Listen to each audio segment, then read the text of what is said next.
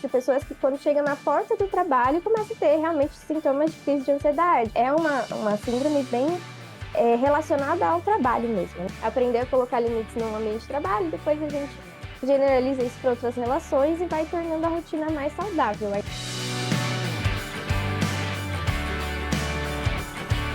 E hoje eu trago uma pessoa aqui e depois eu vou falar melhor dela, como é que eu conheci essa menina. Ela se chama Letícia George Camaleonte. A Letícia, ela é graduada em psicologia e em pedagogia e ela tem 4 pós-graduações. Ela tem mestrado em ciências da saúde pela USP, ela tem uma segunda pós em psicologia hospitalar também pela USP, ela fez neuropsicologia pelo Einstein e atualmente ela está cursando um curso de pós sobre luto, tema bastante interessante. Depois até vou fazer umas perguntas surpresas para a Letícia sobre isso daqui. Vamos ver se ela está estudando mesmo. Ela atualmente é psicóloga e trabalha no Hospital Albert Einstein, e ela teve passagens já pelo Sírio, pelo Sejan. E ela é a autora do livro Felicidade e Bem-Estar na Visão da Psicologia Positiva. Esse livro aqui, ó, é lindo e maravilhoso. Ela escreveu mais um monte de artigo que ela fala que é muito melhor do que esse livro aqui. E ela vai poder falar um pouco melhor sobre isso. Letícia, bom dia, tudo bem? Bom dia, tudo bem? Obrigada pelo convite. Obrigado, obrigado. Letícia, vem cá. Você é psicóloga e você trabalha no Sírio dentro de grandes empresas, né? Uai, sim. É, isso, que mancada, hein, A Letícia? mudança é recente, tá tudo bem. É recente, é recente. É que você trabalhava no Sírio, foi para o Einstein, agora você está no Einstein, e mesmo e no Einstein você faz um trabalho parecido, né? De você atende pessoas que trabalham em empresas, né? É, e eu queria direcionar essa nossa conversa aqui falando sobre a psicologia dentro do contexto corporativo. Então, eu queria começar perguntando para você: existe diferença entre saúde mental e saúde emocional? Como é que você define isso? É, a Organização Mundial de Saúde define saúde mental como um estado de bem-estar físico, mental e social. Então, que as pessoas conseguem usar as habilidades pessoais para lidar com situações adversas da rotina, né? Então, se recuperar depois de uma situação estressante, por exemplo. Então, a gente pode entender saúde mental como um conjunto de fatores biopsicossociais. Então, tem várias questões que influenciam na nossa saúde mental, fatores sociais, econômicos, políticos, culturais. Então, o ambiente que a gente está inserido vai mostrar se a gente está, né, numa situação mais favorável para uma saúde mental boa ou ruim. Na minha abordagem, né, análise do comportamento, eu não faço diferenciação entre saúde mental e saúde emocional. Eu uso mais o termo saúde mental, até por estar inserido, né, no ambiente hospitalar, a gente acaba usando mais porque é mais usado em manuais de doença, vamos dizer assim, e fica mais fácil conversar com outros profissionais de saúde. Saúde mental, isso, né? Isso, saúde mental. Legal. Então, eu vou começar a usar saúde mental daqui para frente. Combinado. E Letícia, e quais são os problemas relacionados à saúde mental mais comuns nas empresas? Isso na sua experiência como psicóloga, trabalhando em organizações, conversando com outros colegas? Me conta aí. Nesse tempo, né, que eu venho atuando dentro de organizações, e mesmo no consultório, a gente acaba conhecendo vários cenários, né, várias possibilidades de trabalho. Eu vejo que os principais problemas relacionados à saúde mental são relacionados a questões de ansiedade, depressão e estresse. Então, alguns fatores de ambiente de trabalho muito comuns, como pressão por entregas, prazos, relacionamento com colegas, com gestão, que às vezes a gente tem que lidar com pessoas muito diferentes, né, de nós, é, t- são questões que causam mais alteração de saúde mental, na maioria das pessoas. Mas a gente vê também questões fora do trabalho, né, pessoais de relacionamento, econômicos, pouco tempo de lazer, também é, afetam, né, a saúde das pessoas. Parece que você falando, falta talvez um equilíbrio entre as várias coisas, né? Tipo, de ter um tempo para o lazer, ter um tempo para atividades que tragam prazer para a gente. Como é que você divide o seu dia, Letícia? Eu acho que você faz balé, me conta aí. Eu tento manter, né, uma rotina mais ou menos equilibrada, então minha atividade física costuma ser a dança mesmo. Eu acho que é bem prazeroso porque além de exercitar o corpo, a gente ainda tem amizades, então esportes em grupo geralmente são muito recomendados, aí não só a dança, mas quem faz uma luta, o pessoal do CrossFit também, às vezes vai até pro happy hour com os colegas, então acho bem legal. é importante ter uma rotina de atividade física. A gente fala, vai, 30 minutinhos por 3 vezes por semana já é suficiente. Então, realmente fazer esse esforço para colocar, tentar ter uma alimentação mais balanceada, manter pelo menos 3 refeições por dia, porque se a gente pula uma refeição, na hora que a gente vai comer, come demais, aí não faz bem.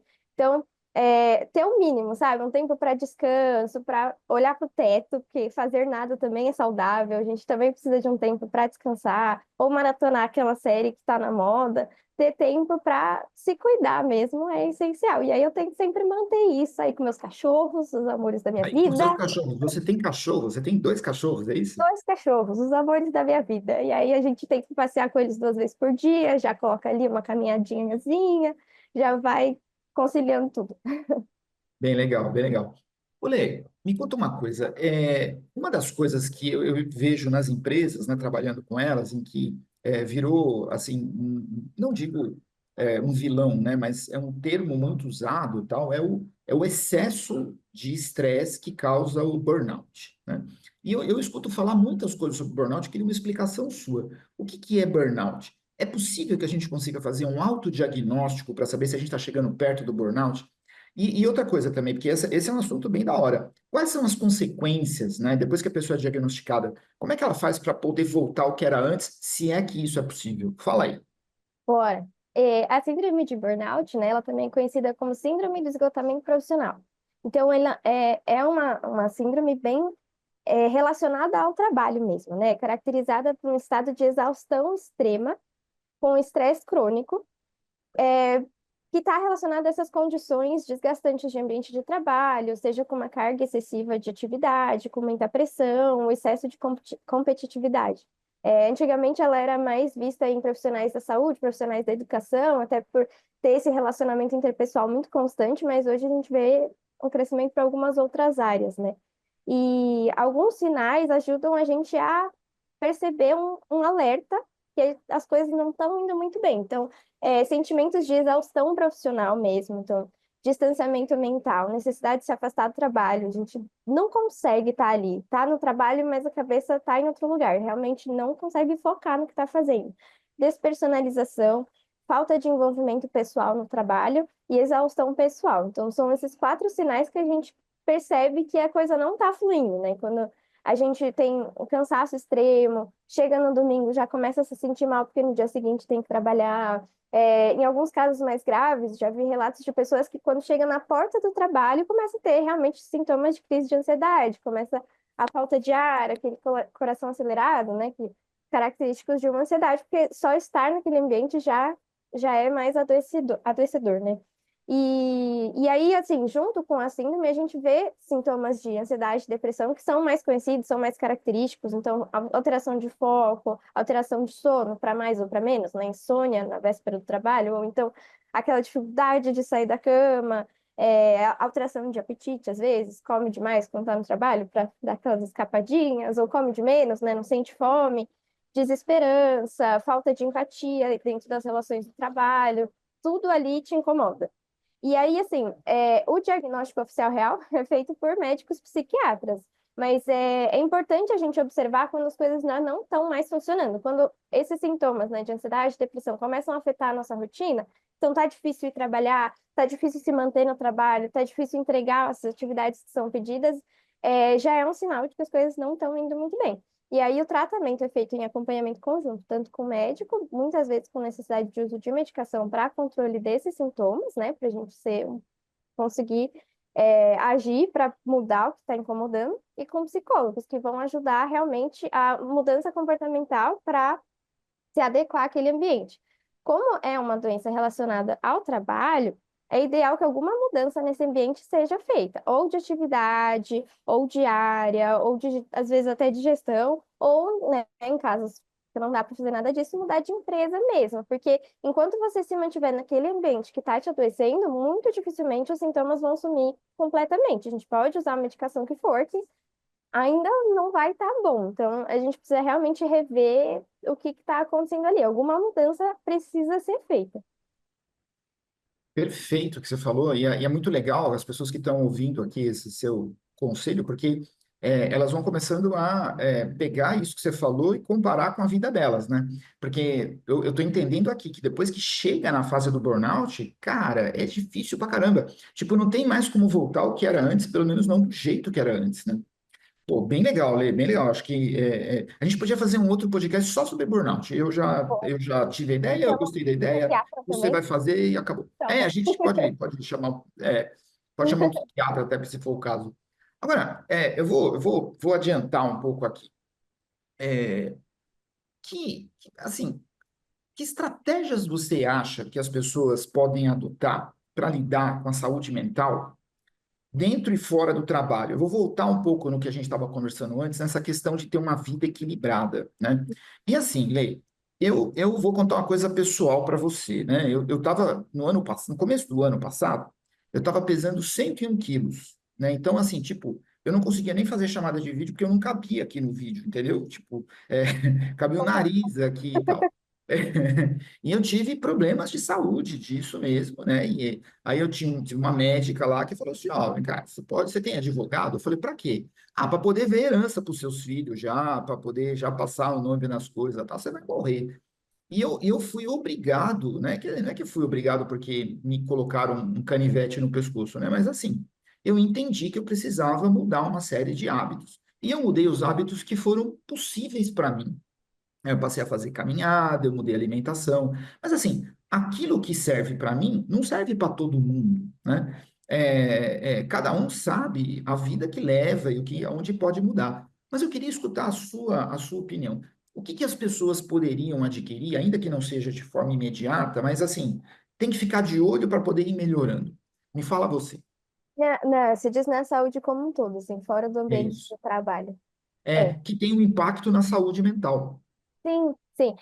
Assim, a gente começou, né, falar um pouquinho de hábitos, então É anota isso. aí, vai pausando o vídeo, algumas dicas para a gente, assim, a gente, claro, a gente precisa trabalhar para pagar os boletos, mas a gente não É pode isso. se reduzir a isso, né? A gente tem que trabalhar para viver e não viver para trabalhar. Eu sempre faço essa diferenciação com os pacientes, porque é para pagar o boleto para poder viajar depois. Então, assim, vamos priorizar nossa saúde. Acho que isso a gente perde um pouco, né, no dia a dia da rotina agitada. Às vezes a gente esquece que nosso corpo, nossa mente são mais importantes do que a entrega daquele projeto super urgente. Verdade. Então, é, como você falou, né, como a gente não cuida, quando a gente não cuida muito do corpo, a gente vai adoecendo, né? Em casos de sobrepeso, obesidade, eles trazem outros prejuízos à saúde, como hipertensão, diabetes, e aí é isso, um tratamento para o resto da vida crônico que poderia ter sido evitado com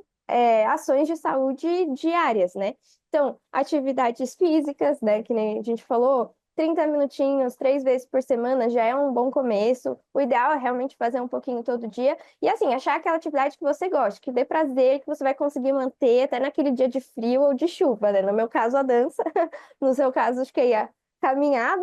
Caminhada, caminhada, nossa. Eu vou aqui num parque perto aqui da minha casa, as galinhas me chamam pelo nome, Letícia. Você precisa ver Aí, que ó. lindo. Eu chego lá, eles começam, Edil, Edil, Edil, Edil. Mó fofas galinhas, cara, mó da hora. É isso, tem que achar aquela atividade que vai te manter mesmo, né? Para realmente sentir essa mudança. E aí isso também impacta várias outras, diminuição de ansiedade, diminuição, melhora do sono, diminuição de estresse. A atividade física, o ser humano foi feito para se mexer. Não sei que a gente inventou o computador, mas a gente tinha que se mexer. Atividades de lazer individuais e em grupos. Então, ter aquele momento de ler um livro que você gosta, assistir uma série, ou dormir um pouquinho a mais, sair com os amigos, sair com o parceiro. Ter essas atividades tanto em grupo quanto individuais é muito importante para a gente realmente descansar a mente. É, Manter os relacionamentos interpessoais com família, amigos, colegas também. O ser humano é um ser sociável, a gente precisa estar em comunidade para sobreviver. Então, vamos sair, vamos fofocar, vamos desabafar, que faz muito bem para a saúde.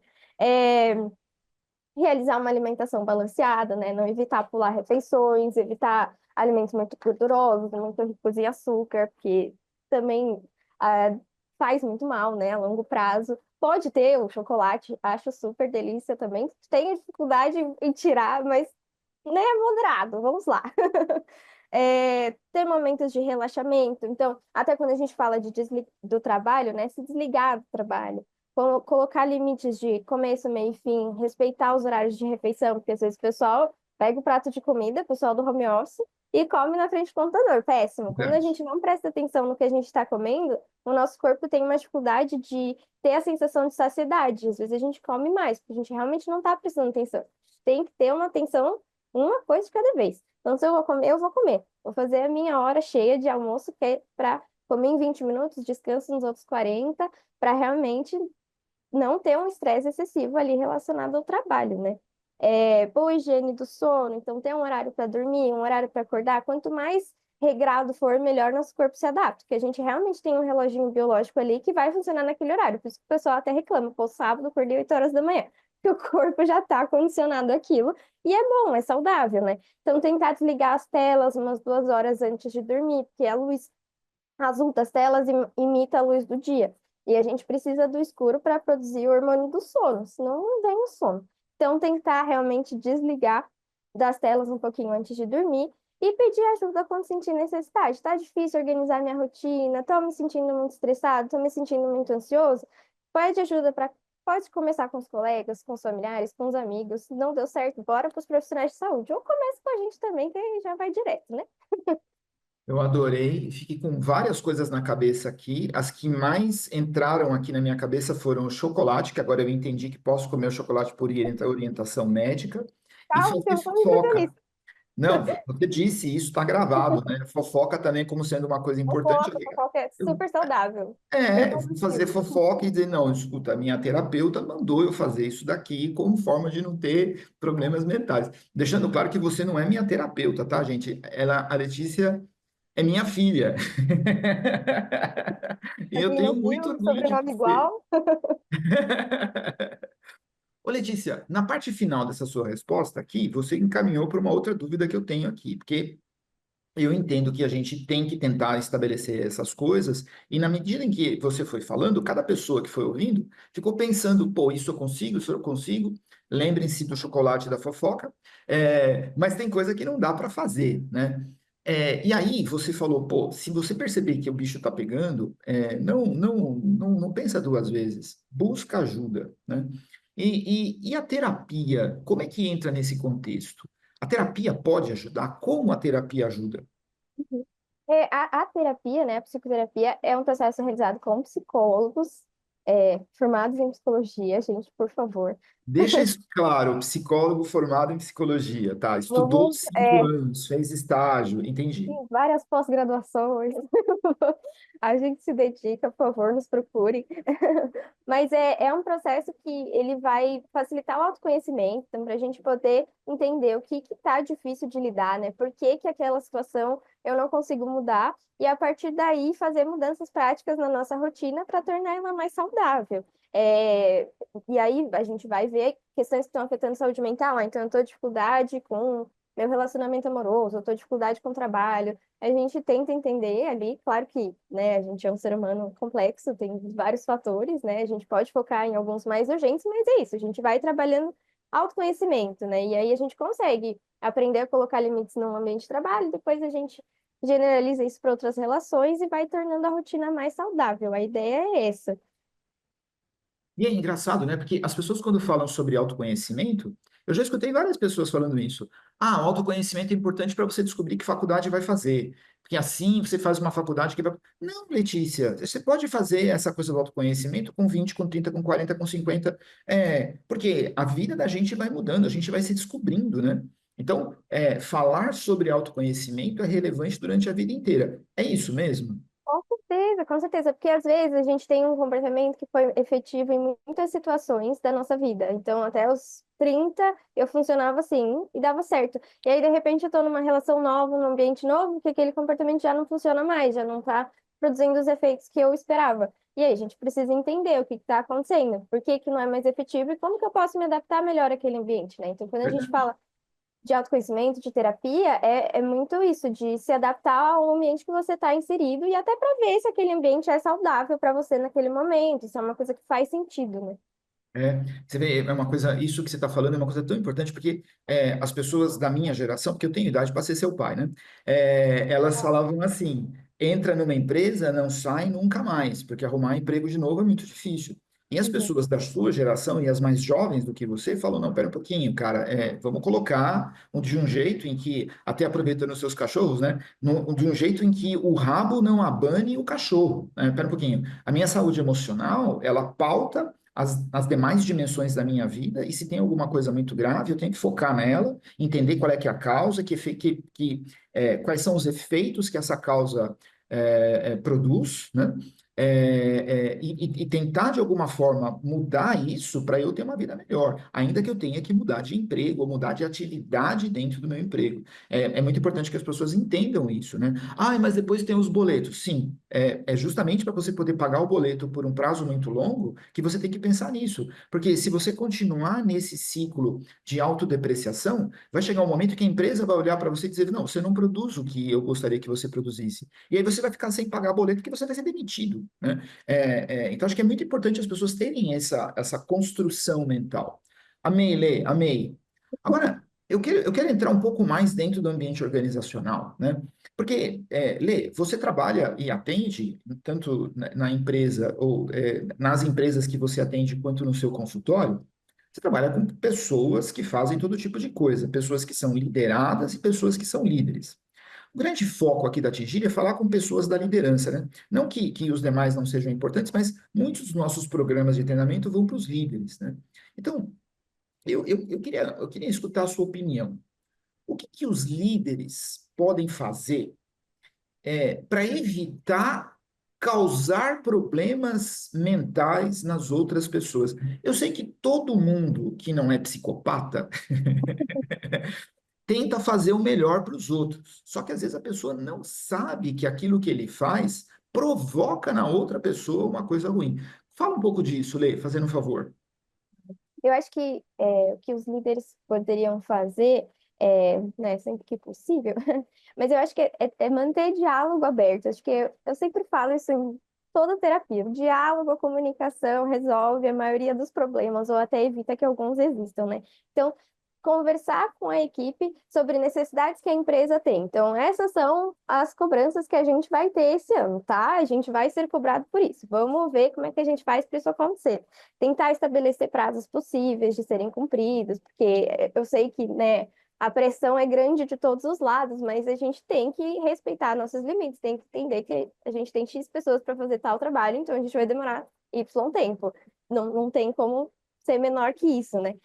Ter limites de horário para início e término do trabalho, os líderes, principalmente, que a maioria eu sei que nem bate ponto, então, tudo bem, passar um pouquinho, amanhã eu entro mais tarde, nunca entra mais tarde. Então, ter esses limites para você conseguir ter um autocuidado também, manter um relacionamento de diálogo, para que os colaboradores que ele lidera possam pedir ajuda também. Então, porque é isso, às vezes a gente até estabelece um prazo, e de repente a pessoa passa por um problema pessoal e aí não está dando conta. Então, ela ter como chegar nesse líder e falar, olha, aconteceu um negócio aqui, preciso de uma ajuda. Ter essa relação de respeito mesmo, de diálogo, para que as pessoas possam se ajudar, né? E feedback, eu acho que feedback é muito importante que os líderes deem para os seus liderados, tanto de desenvolvimento quanto de manutenção, para que as pessoas saibam se elas estão adequadas ao que é esperado e também o que está dando certo, né? Então, eu fazer isso está sendo bom, então eu vou continuar fazendo. E isso não está sendo tão eficaz, como que a gente pode melhorar? Então, acho que feedback é essencial para a gente até ter um gosto de se manter naquele trabalho, né? Ver que, olha, ele está olhando para mim, estou me sentindo valorizado aqui. Não, eu adorei. E aqui na minha cabeça eu estou processando assim, um tripé com as coisas que você falou, porque a comunicação e o feedback, elas andam de mãos dadas. Vamos colocar essas duas coisas num só. Agora, a segunda coisa que você falou que é fundamental é a questão do respeito, né? E o respeito, eu acho que dentro dele envolve a empatia, o entendimento, que se dá, por sua vez, pela comunicação. E tem uma coisa que, embora você não tenha falado, mas está totalmente dentro do seu discurso, é laços de confiança, né? Porque Uhum. se eu confio na outra pessoa, aquilo que ele me diz, ela pode ter um impacto positivo do tipo, pô, gostei do que você está fazendo, continue assim. Mas ela pode ter um impacto negativo do tipo, eu não gostei do que você fez por causa disso, disso, disso. Mas se eu sei as intenções que a pessoa diz, pô, Cara, você tem razão, desculpa, preciso melhorar mesmo. Ou seja, é a confiança, né? Pô, amei, Lê, amei, amei, amei. Agora, Lê, ainda seguindo nisso, né? Tem uma frase que me desagrada, e eu tenho certeza que você deve ficar muito brava quando escuta isso, né? É uma pessoa que fala assim: aqui no meu trabalho, eu ajo não só fazendo a minha função, eu também sou psicólogo dos outros, né? Então, eu escuto isso desde motoristas de táxi. Ontem eu escutei um padre falando disso, né? Na televisão, eu dei uma entrevista na televisão. Aqui também atuo como psicólogo e tal. Ou seja, fazendo coisas que ele não entende, né? Então, vamos deixar muito claro. Às vezes o líder até tem formação de psicologia, né? Mas ele não pode atuar como psicólogo sendo líder, né? Então vamos lá. Digamos que um gestor receba a queixa de um funcionário, ou até que ele diagnostique pelo senso comum que essa pessoa tem algum tipo de problema. O que que o líder tem que fazer? Então, eu sou um líder, estou vendo um funcionário que está fazendo um monte de queixa. O que que eu tenho que fazer nesses casos? Tá.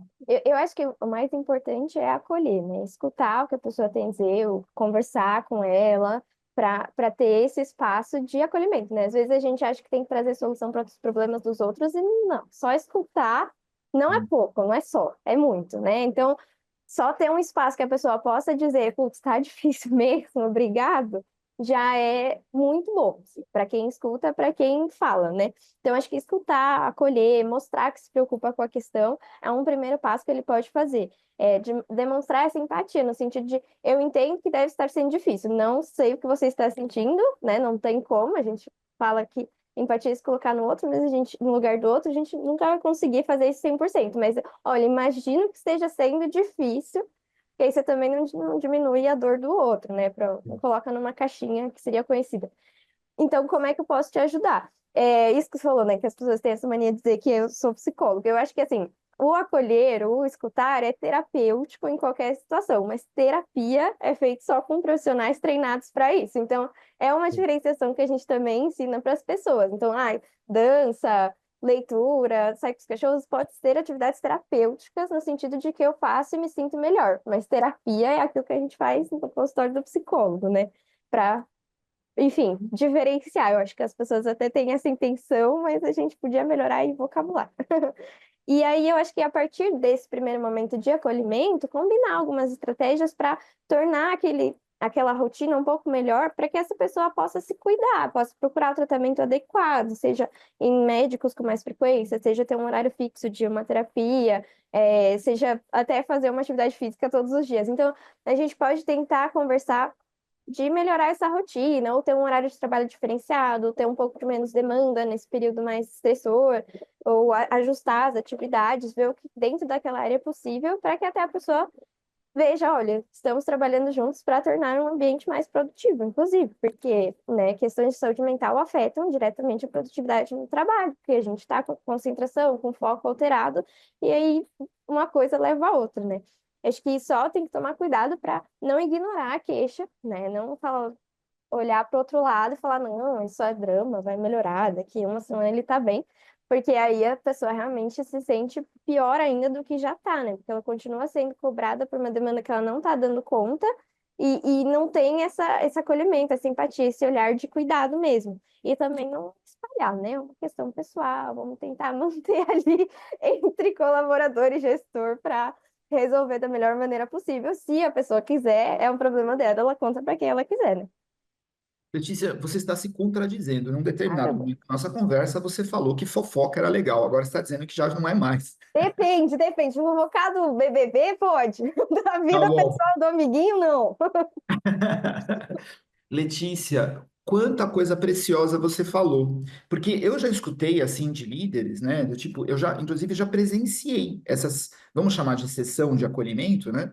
E o líder fica interrompendo o cara no momento em que ele está se abrindo, ele fica oferecendo soluções simplistas para o problema dele, ele fica reduzindo o sofrimento dele. Eu vou dar um exemplo, putz, que eu escutei isso, né? Aí o cara fala aquilo que o aflige, porque aquilo que aflige a pessoa é um problema de verdade, né? E você tem que respeitar. Aí a pessoa fala assim: ah, é só isso? Pensei que fosse alguma coisa realmente grave. Cara, pelo amor de Deus, cara, é o oposto do que se deve fazer. Tem que deixar a pessoa falar. E também não pode elevar demais. Nossa, você está ferrado mesmo, né? Puxa, eu não queria. Também não, né? O líder deve restringir, eu vou repetir o que você falou, que é brilhante o que você falou. Ele deve se restringir ao que ele pode fazer naquele contexto, naquele momento, né?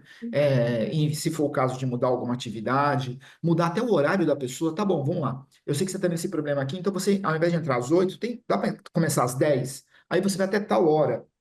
É isso, é isso. Adorei, É legal isso que adorei. você falou, que às vezes a gente diminui e aí a pessoa acha que é só isso, eu não vou nem procurar ajuda. E aí vira uma bola de neve, você vai Exatamente. piorando. E não é, cada um tem um contexto de vida, tem um histórico de vida que tem que ser respeitado, e alguns vão saber lidar melhor com uma situação, outros não, e a gente precisa entender as diferenças e ajudar da maneira que a pessoa precisa mesmo. Olha aí, mais uma vez aquilo que você disse agora há pouco, né? Comunicação e respeito. Perfeito, perfeito. Ô, Lê, estamos indo para o final do nosso papo, infelizmente, então eu já ameaço você de fazer outros aqui, porque acho que a gente tem muita coisa para a gente poder conversar. Mas assim, as pessoas vilanizam o estresse. Estresse é ruim, estresse é mau, estresse é do mal, sei o quê.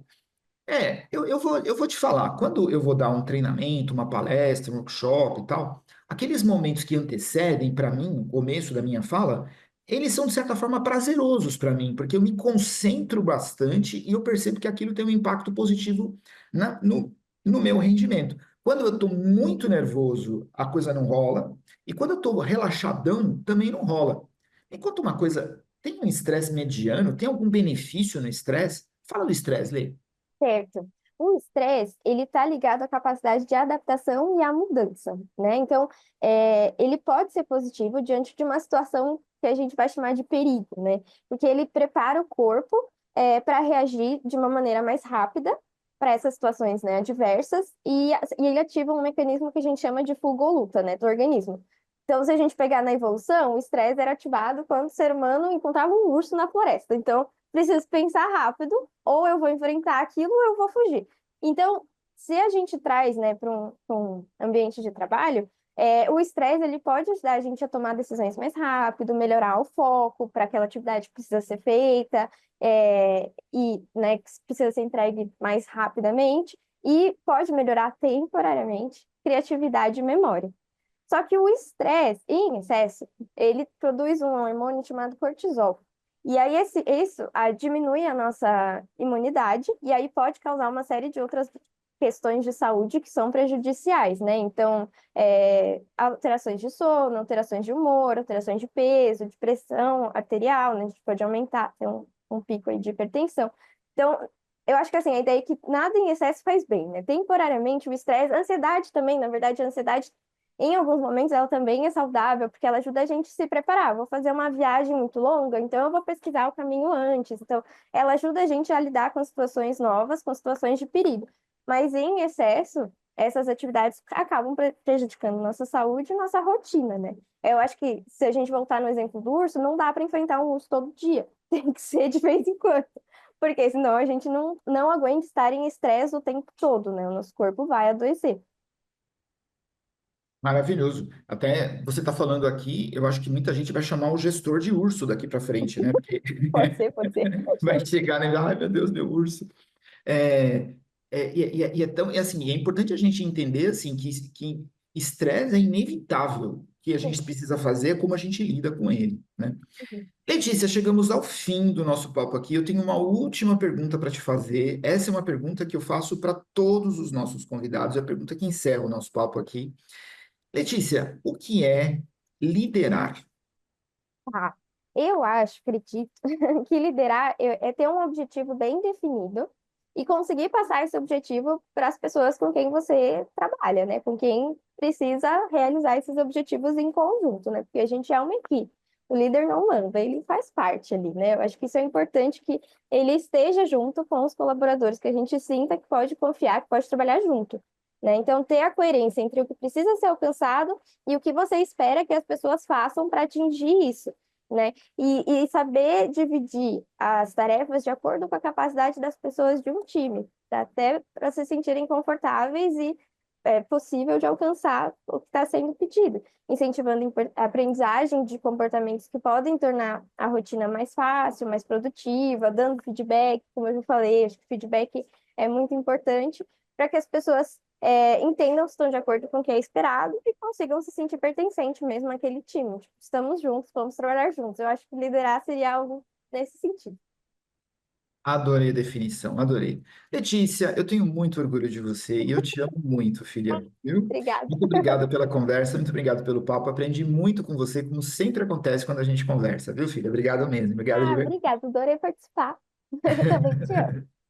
Aí, joia. Pessoal, essa aqui foi a Letícia. Espero que vocês tenham curtido. Espero que vocês estejam emocionados como eu também tô. E na semana que vem a gente tem mais vídeos aqui para vocês. Beijo grande. Obrigado, Lê. Tchau, obrigada.